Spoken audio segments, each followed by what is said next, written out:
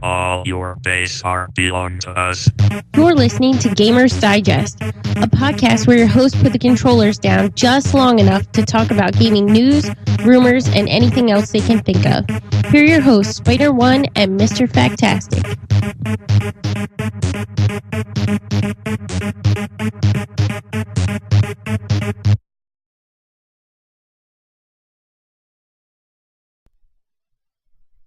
Hopefully it's working. Am I putting you to sleep already? I'm yawning. We are Gamers Digest. We took a week off, kind of recharge our batteries, and there really wasn't anything to talk about last It week. was kind of a slow week last week. Over this weekend was Gamescom, so of course last week there wasn't a whole lot of news, just because of the fact that everybody was kind of waiting for Gamescom. You see, we've made some enhancements. Yeah. It's pretty cool going on behind us. I got working on some crazy stuff. Hopefully, we we're don't like look... in a Gamers Digest vortex. Exactly. We are self-contained. We are growing. We are getting better, and hopefully, we will just keep getting better. Yeah. So. We will. We talk about gaming news, rumors. We have discussion topics. We got reviews, previews. This week we don't have any discussion topics, but we do have a review and a preview for you. Yeah. You will be talking about actually something that comes up in the news, so I don't want to spoil it just yet. And I actually have a review for Saints Row 4. So I actually came out last week, right? Yeah. So I played through it, put a good amount of time into it, and well, you'll see in the review. Yeah. Well, over the past 2 weeks, what have you been up to? I played a lot of, or watched a lot of Power Rangers on Netflix. Yeah, I know. I hear the guitar riff. Yeah. Because, I mean, they're only like 20... They're 20 minutes. They're like 19 minutes a piece, 20 minutes a piece. Played Hexic. You guys heard me playing Hexic. Right. A little bit of the Pacific Rim game, the arcade game, and the Madden 25 demo. Okay, yeah. Madden 25 came out today. That's right. So, yeah, how was the demo? I haven't even... It's Madden. This is the same. Yeah, it's pretty much the same. From what I've read, they say it is exactly the same as 13.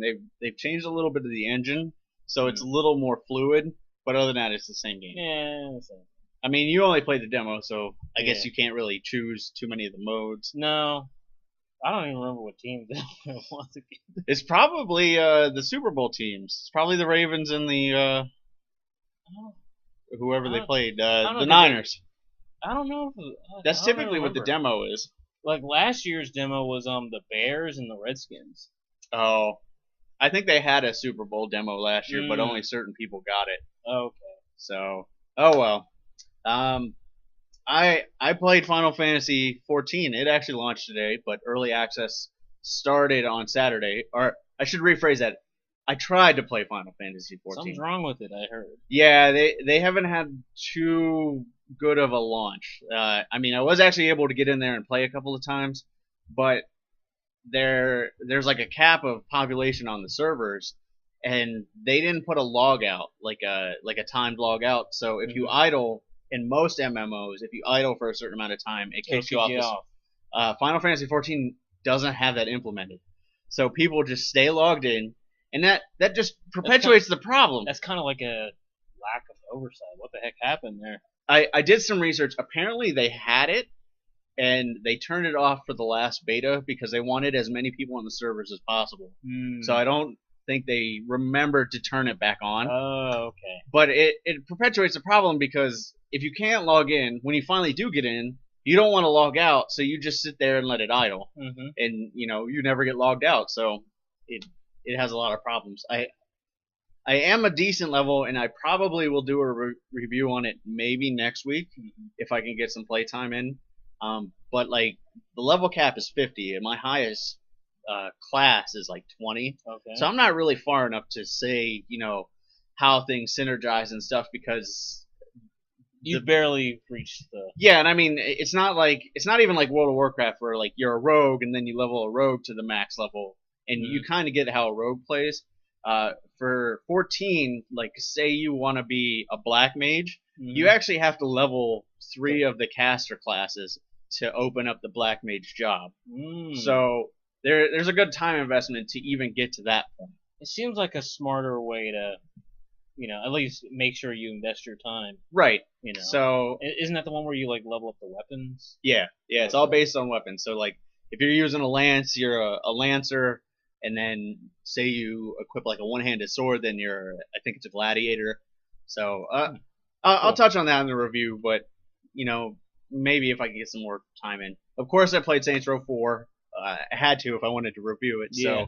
So it's a lot of fun, but I'll save most of it for the review, and we'll talk about it. I did a little bit of Dragon's Crown, which we kind of previewed, and I finished DuckTales. So I mean, it wasn't real long. I actually finished it the first night I got it, but then I went back and started getting like all the secrets and stuff. And That's cool. as it was coming back to me, like the old Nintendo version, because all the secrets are still the same. Oh, that's good. So That's really cool. all right, we got a good amount of news, obviously because of Gamescom. Mhm. Gamescom is a huge game show not really game show game. Yeah, It's kind of like game- E3 Yeah, it's a gaming convention. Yeah. Yeah, over in Cologne, Germany. E3 is more for the press, whereas Gamescom's more for like us. It's more like for the fans. And they had like 800,000 people or something. That's not bad. They also hosted the StarCraft 2 championships, which my wife is tired of hearing about because I talked about it all weekend, which were really good. But of course, there was a lot of news. So the first one was Terminators, the video game, was announced. This is like the first we've heard of anything from the Terminator IP in a long time. in years, at least in video game space. Yeah, I think they had a game for Terminator Salvation, and that kind of just fell to the wayside. Nobody really said Like- much about it. Like the movie. Yeah, pretty much. Yeah. Which was, I mean, the movie wasn't that bad. No, it was better than 3. Yeah, it So was. What I thought was interesting is that it's from Reef Entertainment, the UK publisher is working on the upcoming Rambo game. That was more surprising to me than the Terminator game. that they're making a Rambo game. Yeah. Rambo is like Call of Duty. It's just Call of Duty, but with Stallone's voice. Wow. So you can't understand what the guy's saying. At least it's not Jason Statham, because I really can't understand him. I can understand Statham better than I can Stallone. So And those two are like leads in an action movie. Expendables. franchise. Yeah. So, Monster Hunter is not coming to Vita, so don't get your hopes up. That was another big piece of news. I put this in there mostly for you because you're the Monster Hunter fan. I was a little worried about it, but I think they're mainly just stressing the 3DS at Yeah. this point, which is kind of a bummer. But I wouldn't be bummed too much because you know how Capcom is; they always release another version of the game, another iteration of the game, and they have a weird name and everything. I think Monster Hunter 3 is coming to PlayStation 3 and stuff like that, so it's getting re-released. I mean, Monster Hunter 3 has been out for I don't know how many years now. Right. So Monster Hunter 4 will first be on the 3DS, but I wouldn't knock it not being on another system sometime in the future. It seems like they're shying away from the Sony's portable at least. Yeah. I'm interested to see how the Vita in general plays out with next gen. Like Sony's still Yeah, that's interesting. touting cross-play and stuff, but I don't know if it has enough to keep up with next gen. Yeah, I mean, this was an interesting story because Monster Hunter 2 for the PSP was like one of the biggest selling, games for the PSP. It was one of the hottest items. One of my favorite games when I had a PSP. So, who knows? Mirror's Edge 2, we talked about it being announced at E3. Well, some more information came out at Gamescom. Basically, it was held back by EA, not DICE. EA just apparently EA wouldn't pick it up from DICE. Like DICE said that they couldn't make a compelling argument enough for EA to pick it up, which is weird to me because EA will throw Any type of game sequels at anything. So yeah, I'm just thinking that there's just some exec out there who figure, if it wasn't first person, I mean, if it was a first person game and you didn't have a gun in it, right, it wasn't worth selling. So, I mean, Mirror's Edge was interesting because it was different. right. I played through it. It was okay. It'd be I'm not cool a as huge like fan. a free runner. The combat was a little. Yeah, the combat was iffy, but it was neat. It reminded me of Portal in just how it's a different approach to the first person genre. I was, kind of like a puzzle solving and stuff like Steve Ballmer, Microsoft CEO, the guy who replaced Bill Gates. Well, now they need to find somebody to replace him because he's going to be retiring within the next year. They said it's no date is set. It's pretty much when they find a replacement. So Are you going to put your resume in? I already did. Awesome. I don't think they'll hire me because I don't have a lot of executive experience, but I do have a lot of experience bashing Microsoft products. So another reason I probably won't get hired. Yeah. They watch Gamers Digest and they no. I don't know if He it'll is fly. Steve Ballmer is sitting at home right now watching this. Like I could hire him, and then I'll say something about the Xbox One, and then he'll be like, "Nope, I'm gonna hire somebody else." Jerk. Yeah. This was interesting. Speaking of Xbox, Xbox One, PS3. Yeah, The it's next gen. actually both. If you pay a small discounted fee, you'll be able to upgrade your PlayStation 3 or Xbox 360 disc to Xbox One or PlayStation 4 disc, which was kind of interesting because a bunch of games for the next gen are also coming out on the 360 and PS3. Right. So say you get Battlefield 4 on the Xbox 360, and maybe sometime after some time you get the Xbox One, you want to upgrade it, you'll be able to do that and just pay a small amount because you already bought the games. Right. They did put the caveat in there that it is based on publisher. So Yeah, the that's publisher true. sets the price. Activision was actually the first one to pull the trigger on this, and they said if you buy Call of Duty Ghosts on 360 or PS3, you can upgrade it to the next gen for $10. The way the upgrades work is if you buy the disc, you can then upgrade to the digital file. Yeah, the digital download. That makes sense for it to work. Because at least they'll be able to tell you have the disc in the tray or whatever. Right. So that's pretty cool. I mean, it's nice that they're at least thinking about that. Since they skipped on backwards compatibility, I think that's kind of the best thing they can do if people want to dish out for $300. So. Yeah, I mean this story actually helps me, move into the next gen a little bit because I want Battlefield 4, but I don't want to buy a whole new console just to play it. Right. So that's just that's a good thing to know that at least I can upgrade it later on down the line.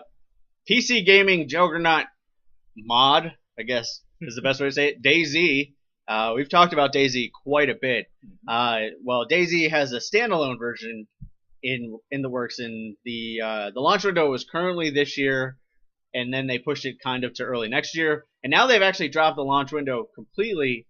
Dean Hall, the developer and the guy who made the initial mod, and of course the game director for the standalone, said that they're really just waiting on network architecture, but they can't rush it. He actually had a really good quote. He's like, you can have as many pilots as you want in the plane, but the plane's not going to fly any faster. Yeah. So you don't want too many cooks in the kitchen. Right. We're just going to have to wait for the for it to be done when we want to play it, which I think if they're taking this much time, I'm sure it'll be up to the quality of what people expect. This story is a little saddening for me because I was actually interested in playing it. Saddening. Yeah. Yeah. Elder Scrolls Online is now opting for a monthly fee instead of free to play. I was actually tempted to jump into this game and actually play it. Now with that $15 a month fee, they'll give you just $60 box. it's a little. I don't know if I want to invest that kind of. They're bringing it back like it's 2004. Yeah.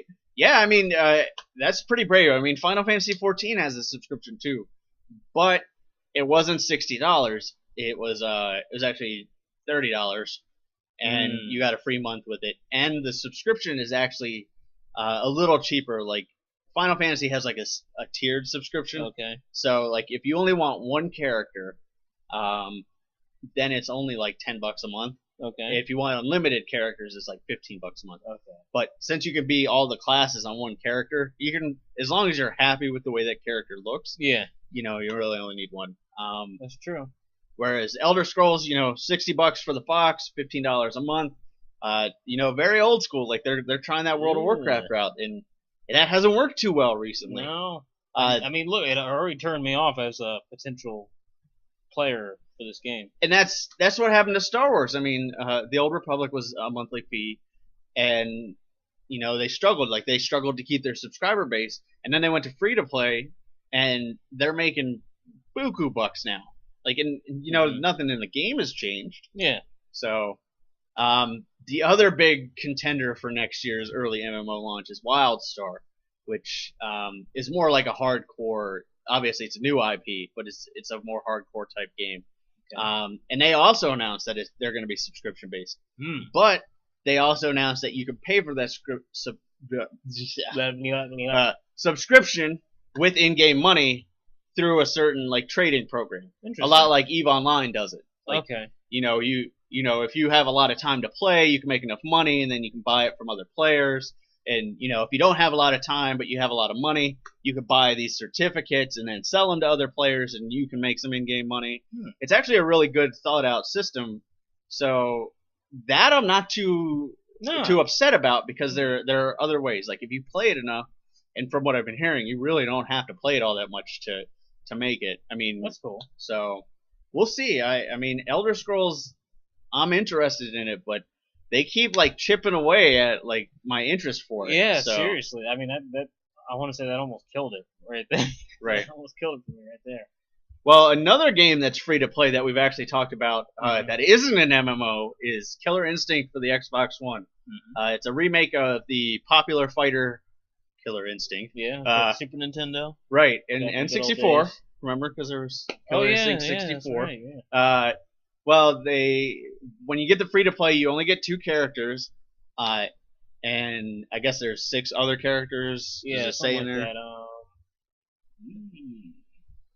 Anyway, pretty much the other characters are going to cost. This is a single playable character for $5. Yeah, you can buy a single character for $5, or you can get all the characters for, what does that say, 40? Yeah. So you can get all the characters for 40, or you can pay $5 per character. So if you're a Killer Instinct fan, you probably just want to buy the game like normal. Yeah, just buy the game like normal. I mean, it does look good. I mean, from the screenshot right here. Have you seen it play though? No. I don't know. I'm not. It doesn't seem like it's worth $40. No. Yeah, which is I don't know why they did this. I mean, good arcade games normally go for like what, $20 at the most. Right. So that's kind of feel cheated. I mean, even what is that? The zombie game. Crap, I can't think of it. State of Decay. State of Decay. That was $20, and that game is huge. Yeah. So it's just for $20. You can get a combo breaker pack. It unlocks the game's full roster of 8 characters, including 2 exclusive fighters that are not initially available. What's the $40 version? Oh, okay. So the $40 version is the Ultra Edition, which bundles all playable characters, a collection of accessory and costume packs. The original 1994 arcade version. Okay. Okay, so $40 for the collector's edition, $20 for regular, $5 character. Okay, that's cool. That's not too bad. I'm still not impressed with the gameplay. You heard that? What's the guy's name from from Steve Ballmer? Steve Ballmer. You're doing it wrong. You're doing Fix it all Killer wrong. Instinct. You're doing it all wrong. I thought this story was pretty cool. You can return games through EA's Origin service within the first 24 hours. For most people that, if you don't know, Origin is like Steam. It's a digital download service. Obviously, in most cases, you could never return a digital game. Like once you click that confirm button, it's yours. It's done. Whereas EA is now they basically made it so you can return it. So what they do is they just deactivate that key, so your game doesn't work anymore. This, I think we're starting to see why they're making online-only games, so they can do this kind of thing, which I don't know if this is a good trade-off or not, but it's definitely a step in the right direction for online-only. Like, online-only really hasn't had any good sides. Like, it's, if you do the pro and cons column, there has been no pros in that column. So... Yeah, I mean, if you got buyer's remorse maybe, or the game flat out sucks, or like say with when SimCity came out, it was just crashing all over the place. You could be able to return that game. Initially, I mean, eventually they let you return it because it was so bad. But yeah, I mean, initially, once you buy it, you couldn't. So I'd like to see some more pros in that pro column Yeah. for online Now, only. it's EA games only Right. at this point. I mean, there are other games on Origin, but honestly, most people buy their games through Steam. So if it's not an EA game, you're probably going through Steam anyway. So here we go. Diablo 3. We just saw a commercial for this. Yeah. I was just talking about this. Diablo 3's coming to PlayStation 3, but they announced that the expansion pack for PC is coming probably early next year, called Reaper of Souls. Not too much information is out there right now. New classes, a new act, obviously continuation of the story. Yeah, level cap maybe. Yeah, I think the level cap was raised. I gave Diablo 3 a pretty good review when I reviewed it. It has since fallen into some problems. They fixed some things, and then the auction house kind of ruined some other things. So yeah, I'm somewhat interested in the console version, maybe to rent it to see what the hype's all about, because I can't play it on my computer. Yeah, I mean, the console version still looks pretty good, but nowhere near what it looks like on PC. But it's cool that I think it's cool that Blizzard's reaching out to console games again. So that's cool. Oh, here's a neat story. This will be part of my preview, so I don't know how much I'll talk about it. But XCOM Enemy Unknown's expansion, the first official expansion, Enemy Within. We talked about it a couple weeks back. It's been announced, and it's going to come out November 12th, I believe, or I think November 12th. Not too far away. Yeah. Was it the PlayStation 4 release date? Either way. Wait, no, that's November 5th. Okay, there you go. So, well, you ruined that news story. Oh. PlayStation 4 will be coming out on November 15th. He broke the news first. Yep. But yeah, Freudian slip. They announced it at Gamescom. That's the U.S. release date. The European release date is the 29th. So if you're in Europe, you gotta wait a couple of weeks. Mm-hmm. Yeah. Still no Xbox One release date, huh? Yeah, I'm sure it'll be right around then. Yeah, I mean, because you want to have it out at least before Black Friday. I mean, the consoles are going to sell out right away. Right. I would imagine for both consoles. But you still want the shoppers to go out on Black Friday and like buy all your accessories and everything. Mm-hmm. So, we'll see. Yeah. Castlevania Lords of the Shadow 2 will be out February 25th. I didn't actually review this game, but I highly recommend it, especially now that it's really cheap. It's easily the best 3D Castlevania game, and it's one of the best recent Castlevania games. It's a little more linear than the first one. The first one's a little more linear than what you're used to for Castlevania, but it tells a really good story, and it's narrated by Patrick Stewart. So I mean, how can you lose with that? So, have you played it? No. Oh, you want me to ruin the ending? Sure. The guy you play as turns into Dracula. There you go. I ruined it. Now you know. So in the second one, you play as Dracula. Okay. So, Walmart opened pre-orders for the Xbone and the PlayStation 4 August 24th. So they actually are still accepting pre-orders. That's kind of why I put this news story in. I know it's a little after the fact, but they're still accepting pre-orders. So go to your local store if you want to brave Walmart. Yeah. Ooh. Now, our Walmart I don't think would be too bad because it's open 24 hours. So I mean, theoretically, you could wait inside. I'm sure they'll have a line or something set they'll up. have something. But I mean, a lot of places are sold out. So if you haven't ordered it and you want to order it, either one, Walmart seems like the place to go right now. So are you gonna do? You gonna get one, try to sell it on eBay or something? I'm thinking about it, but I don't know. That's a lot to put on the credit card on good faith that it'll sell. Yeah. So. Yeah. PlayStation launch. Twitch. What you're watching us through now. When PlayStation 4 was announced, they announced that they'll go through Ustream for streaming. Apparently, you can go through Twitch for streaming for PlayStation 4 as well. Yeah. It's cool that they branched out. Yeah, I mean, Twitch is really the quintessential. Yeah, exactly. I mean, that's the best word for it. If you're gonna stream video games, you're gonna stream it through Twitch. That's just how it is. I mean, we're not even playing a game and we're streaming through Twitch. So I remember you making a comment like, that they should have gone the Twitch route. Right, and Microsoft did go Twitch, so it's kind of cool that they did that. It's just the way they do their stuff. Twitch is just more ingrained to the gaming culture, so it's a lot easier to set up. They did finally set up their new pages, so actually our Twitch page might change soon and get a little fancier. Ooh, So very cool. And this was the big news of today. I mean, I broke this story today. No more Xbox points. It's all done through real money now. Wow. So no more math, no more overbuying points, nothing like that. If you, So what about the money that we already have in our little bank? it'll convert to your local currency. Okay. So like, if you have 800 points, then what is that, like $10?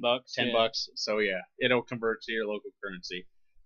That's cool. I mean, Yeah, finally. that was like the big plus to the PlayStation Store is if I wanted to buy a PlayStation Network game, it's like, Yeah. oh, it's $11.99. Oh, I wanted to buy it on Xbox. Well, it's still $11.99, but it's like 1,132 points or whatever. Yeah, So- that was dumb. And the other news that coincides with that, and I didn't put this on there, so I don't expect you to realize this, but they shut down Games for Windows Live, which is their PC gaming service, kind of like Origin and Steam and stuff, that they use to track online achievements and friends lists and stuff. They shut that down. Like Didn't we kind of talk about that like a few months ago? we talked that they were kinda thinking hinted about at it. Yeah, we kind of. But yeah, they announced that it is gone. I mean, it was crap anyway, so I mean, we're not missing much. So, all right, well, you want to do your review, our Sure. preview? I got a little video we can play first. So let's, Or you can play it and I can talk over it. we can well- do that. Yeah, we'll do one of them. I mean, all right. I mean, there's not much to the video, Oh, okay. so Here's the video. we'll talk over it. Well, I turned it down. basically, XCOM, Enemy Unknown, or what was Go ahead. whoops. You can continue. Okay, so XCOM Enemy Unknown, last year's sleeper hit, really. I mean, best strategy game of the year, pretty much. Yeah, it wasn't that sleeper. It sold like crap tons of copies. True. But, I mean, it's for some reason I still feel like it has, like, that under-the-radar type feel to it. Just because it's so different. But, It's a secret government agency. maybe. Could be. But yeah, Enemy Unknown is finally getting its first official expansion, which is really it's called Enemy Within. We found out when one of the Korean review retailers or whatever. Yeah, they, exactly. Forgot the right word. Yeah, that was a really short video. Yeah, I told you it was just a little teaser. That's all they gave us. Yeah, they do have some cool screenshots. So if you do look up Enemy Within, It'll be in our show online, notes. yeah, you'll see some screenshots. But basically, it has over like 50 new maps, which is like I think the first game had like 40 something. So I mean, and it's everything that the first game had plus this one. Nice. So it's all combined. So you're still getting the campaign from the first game, but you're also getting a whole new addition to that campaign. Just draw your game out a little bit more. There's 2 new alien classes, including one called a Mechtoid, which is like the Sectoid with it's like a cybernetic suit. And you also can have like mech soldiers, they have like mechanized suits. I'm not. That's kind of in the rumor mill right now, but there may be a possibility or where you revive a soldier, so a soldier who has died, and bring them back as a robot guy, kind of like RoboCop. Yeah. So I mean, hey, this is just speculation that I've been hearing, but hey, that would be pretty cool because, like, when you have that veteran soldier, When Tony Romo dies, you weep. Yeah, you weep, and you want to bring these guys back, and if you could do that at least once, I don't know, I say it's worth it. It'd make the game a whole lot cooler, a whole lot more cool. But see, there's new multiplayer maps. What else can there? There's also some challenge courses. To add more variety to the game. That's pretty cool. Yeah, so that'd be neat to see what's all about. And it's gonna drop November 12th, and eventually this game might actually have me go back and finish up a new Let's Play, because my other one was it was fun, but it was terrible. Yeah. At the same time. What did they give a price on it? It will cost $40, and it's gonna be it's $40 for the standalone game, and it's like it also includes, like I said, Enemy Unknown, and it's going to be $40 for Xbox 360, PlayStation 3, and $30 for PC. But it'll be it's an expansion for PC. Yeah, right? it's expansion for PC, and it's whole new disc with all the kit and caboodle for the consoles. Okay, so that's pretty cool. You're basically buying the same game you bought last year again, but with a whole lot more. So you could honestly say this is like Game of the Year edition, but they never released the DLC. Exactly. They skipped that step and went to the Game of the Year edition. Pretty much. That's pretty much what you buy, and it's discounted. They did announce that Halo is getting the Game of the Year edition too, Halo 4. Okay. It's going to be actually $40, and it's going to have all the DLC. So same thing. So not bad. Flamethrowers. That's a weapon you can use. That's pretty neat. That's all my soldiers are going to have, and they're going to die horribly. I liked XCOM. I mean, you did a review, and then I did a follow-up review on it once I played it a little more. I think this sounds like they're fixing a lot of the issues because I in the time that I played it, the big problem I had is all the maps really were kind of the same. Yeah. You had a crash. You had like 3 crash maps, like 5 city maps, a high-rise map. Yeah, and the only a jungle map. Yeah, and the only difference is where you spawn in the map. Right. And there's only there's usually like 2 or 3 spots where you can spawn on the map just to differ thing. Oh, in a subway map. I forgot. Yeah. Because I hated the bomb mission on the subway map. Yeah. So, yeah, I mean, that's cool. There you go. Enemy Within, November 12th. Look for it. I'm sure you'll get it and review it at Probably some point. Will, yeah. At some point. And then 3 days later, you can buy a PS4. There you go. My review this week, like I said, will be Saints Row 4. And rather than hear me talk, I made a pretty little video. So we'll talk about it after the video.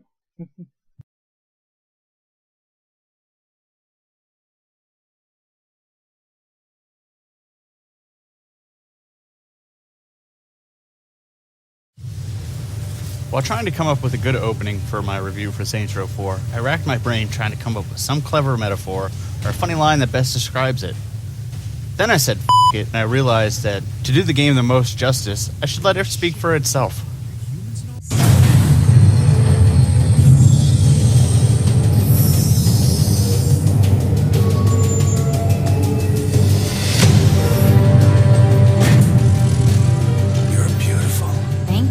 I was talking to the robot. It's power armor. Same thing. First, let's talk about gameplay. Saints Row started off as a generic GTA clone that has since defined itself by its crazy, offensive, and high-octane gameplay. Saints Row 4 takes that formula and amps it to 100. You play as the boss of the 3rd Street Saint, who has since become the President of the United States of America. After an alien invasion, you end up in a Matrix-like simulation of the city from Saints Row 3, Steelport. A nice side effect of this is you get superpowers, and they are freaking awesome. Running at super speed, jumping over buildings, freezing people and setting them on fire. Oh, and did I mention you can pick cars up with your mind? Man, you can do it all, and it's a blast. Pun is very much intended. Like traditional sandbox games, there's plenty to do, including over 30 side missions and over 1,000 collectibles, and of course there's still the main story missions to get you through. It's not hard to have fun in this game. Oh, wanted to thank you, by the way, Casey. For what? Well, I'm in cyberspace, and I haven't been turned into a sex doll or a toilet yet. Some people, it's the same thing. God, are you still mad about that? I said I was sorry. It's something that kind of sticks with you in your nightmares. On to graphics. For all intents and purposes, Saints Row 4 looks exactly like Saints Row 3. Of course, it was originally a DLC for Saints Row 3, so this isn't all that surprising. While the graphics are passable, some improvements would have been nice since this is a numbered entry in the series. But I can't knock it too much because the style of Saints Row 3 really conveyed the humor and wackiness of Saints Row perfectly. A special nod should be given to the character creator. Even if it is mostly carried over from Saints Row 3, there is literally thousands upon thousands of combinations to play whoever or whatever you want. I mean, I made the Incredible Hulk no problem, so I'm sure you guys could get a lot more creative with it. We're ready. I'm sending Sid the jailbreak. Any last advice? When you're inside Matt's virtual oubliette, there's a decent chance that I'll be focusing on interfacing with the intrusion countermeasures, so pay attention to the console commands. Any last advice I'll understand? Don't get killed. Gotcha.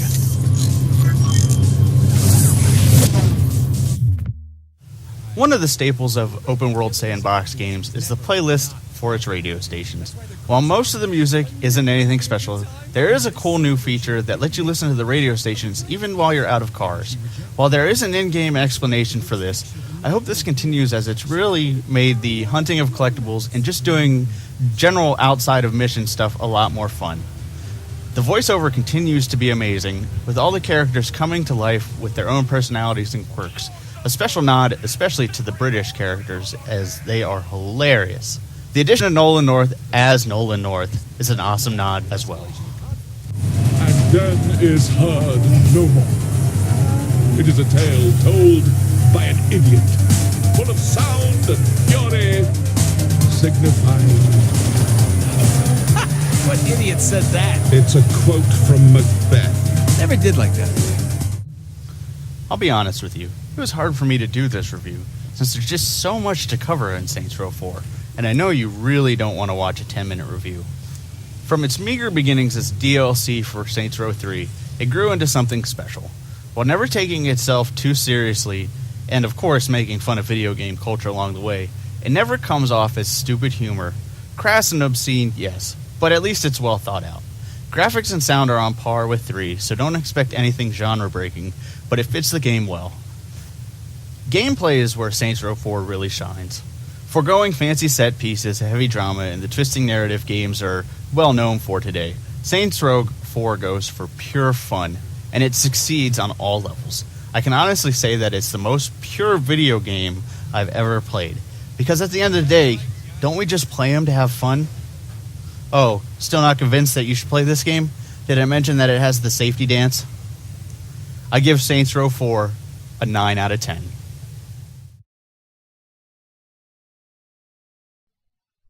That game looked like a lot of fun. Yeah, you were like dying laughing during that Yeah. insurance fraud mission. Yeah.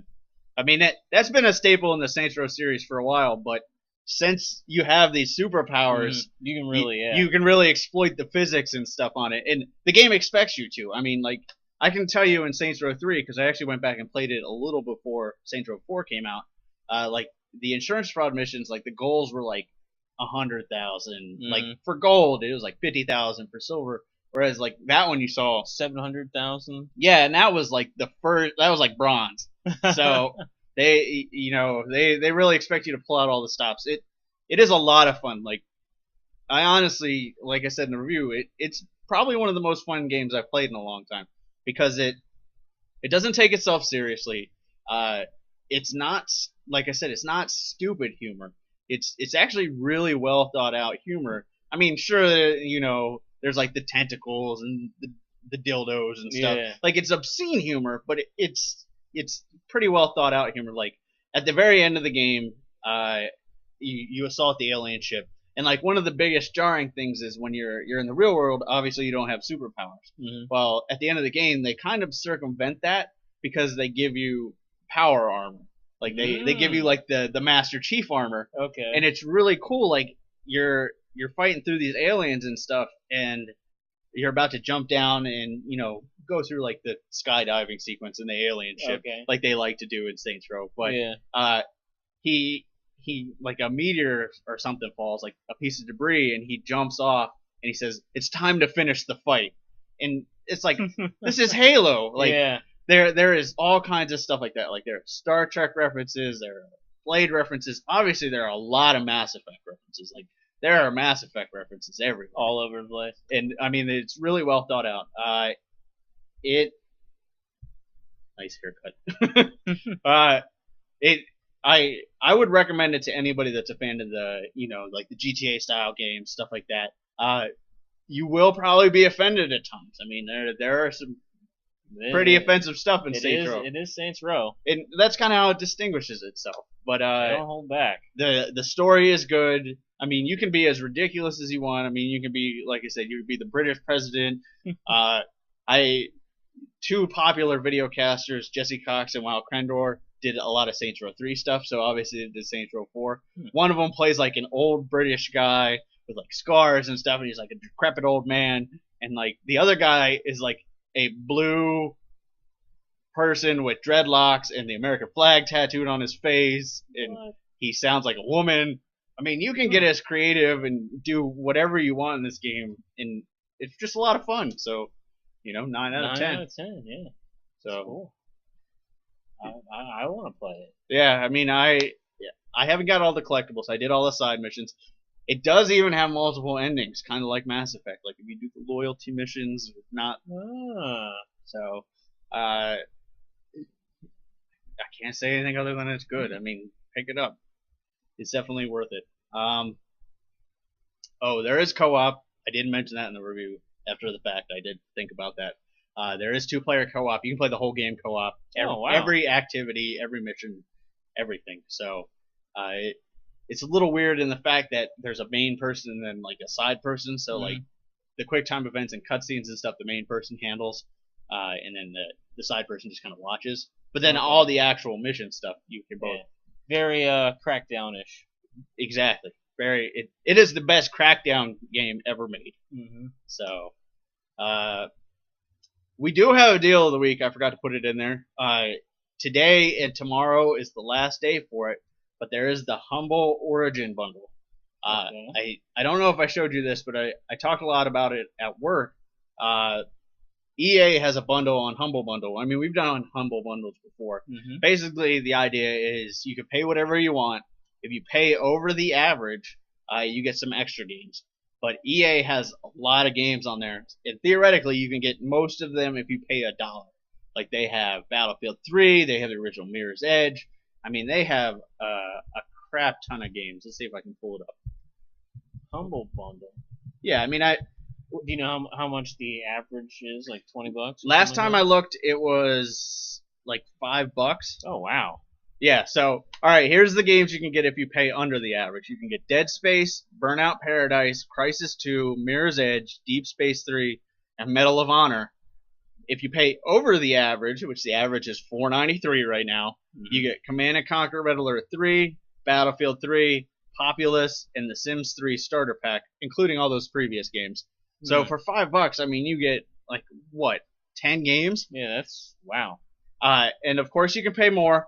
You can the way Humble Bundle works is you can choose how much you want to go to charity, how much goes to Humble Bundle, how much goes to EA, stuff like that. So, I've bought stuff on Humble Bundle before, and it's a really great deal. And for those are some quality games. Yeah, I mean, not bad at all. I mean, Dead Space 3 is a little questionable, and the one thing I thought was kind of funny is they have 1 and 3, but they don't give you 2. Yeah, that is weird. But I mean, there are a lot of good games in there, and for $5, I mean, honestly, I would say Battlefield 3 for the multiplayer is worth $5 alone. Yeah, even if it doesn't have any expansions. Big Crysis time. 2 is definitely worth $5 if your computer can run it. So yeah, check that out. Humblebundle.com. Like I said, you can choose. How much goes to charity. Humble, they got all kinds of charities you can choose from, ranging from like human rights to Red Cross. It's actually really cool. So let's see what the highest contributor is. Somebody has paid $10,000 for it. Usually those are somebody that works for the company. Okay. So, but this is actually the highest grossing Humble Bundle ever, and they've already made over $10 million. Wow. So there you go. That's pretty awesome. Yeah, I mean, I know you just watched us stare at the monitor for 3 minutes, but yeah, so check it out, humblebundle.com. It's a great deal. Get it today, $5. That'll about do it for this show. So next week, I'm going to try to do Final Fantasy XIV as a review, assuming I can actually play it. You got anything you're previewing, reviewing? Maybe I'll review Pacific Rim. The All right. arcade game. Or wait, Ninja Turtles comes out tomorrow. Wait, is that for PlayStation only? I think there's a stagger, isn't there? Yeah. Who knows? Maybe Ninja Turtles, but maybe definitely an arcade game. To review. Okay. Well, see you next week. Every week, Tuesdays at 8. We usually do about an hour. We're, like I said, over the next couple of months, we're probably not going to have a whole lot of content coming out on the page. Like, I'm going to try to put some stuff out there here and there, but we're going to be moving soon, so I know that's going to jack things up. And we're getting to the holiday season. We got the kid, Yeah. so we'll see. I'm still working on the technical stuff. Obviously, it's getting a little cooler. We got some stuff going on back there.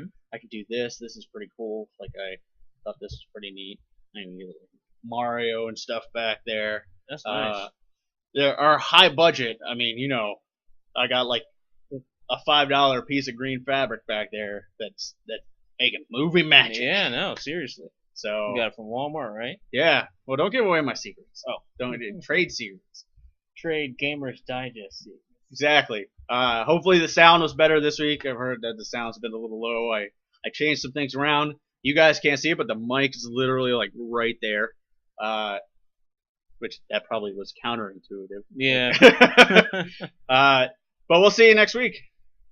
Adios.